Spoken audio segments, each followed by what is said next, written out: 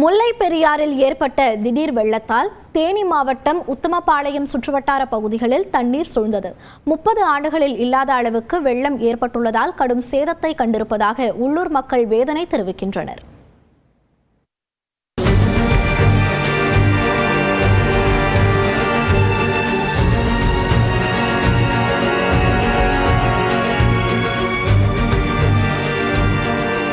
கேரளா மற்றும் மேற்கு தொடர்ச்சி மலைப்பகுதிகளில் கனமழை வெளுத்து வாங்கியதன் காரணமாக முல்லை பெரியாறு ஆற்றின் வெள்ளத்தால் ஏற்பட்ட சேதங்களே இவை.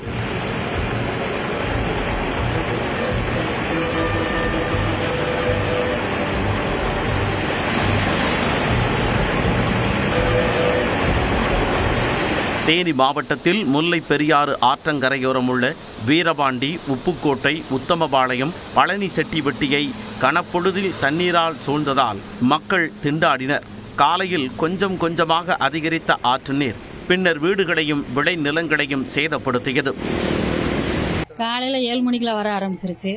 அப்படியே கொஞ்சம் கொஞ்சமாக தண்ணி ஏறிக்கே இருந்துச்சு. வீட்டுக்குள்ளேலாம் தண்ணி வந்துருச்சுப்பா. பூரா மண்ணாகி போச்சு. பூரா இப்போதான் கழுவி விட்டுருக்கோம். அப்படித்தே வருது, என்ன செய்ய. அதெல்லாம் எங்கள் வளத்துக்கு மேலேயே வந்துருச்சு. அந்த அளவுக்கே வந்திருக்கு. 5 அடிக்கு மேலேயே வந்துருச்சு தண்ணி உள்ள.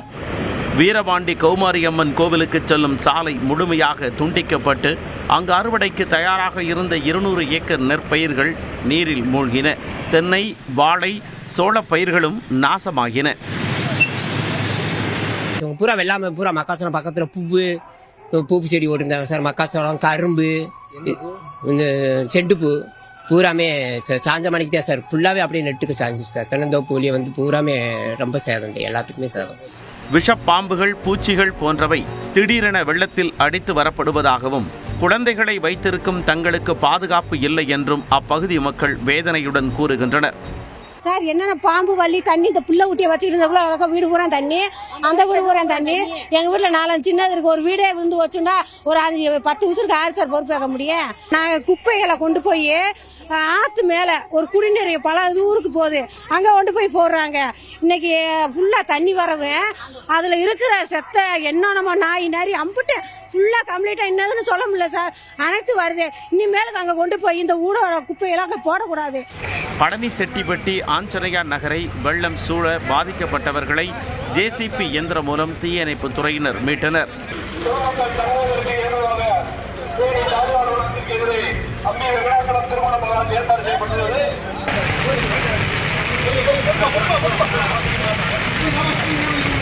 பருவமழையை எதிர்கொள்வதற்கான முன்னெச்சரிக்கை நடவடிக்கைகளில் போதிய கவனம் செலுத்தியிருந்தால் பாதிப்புகளை குறைத்திருக்கலாம் என்கின்றனர் அப்பகுதி மக்கள்.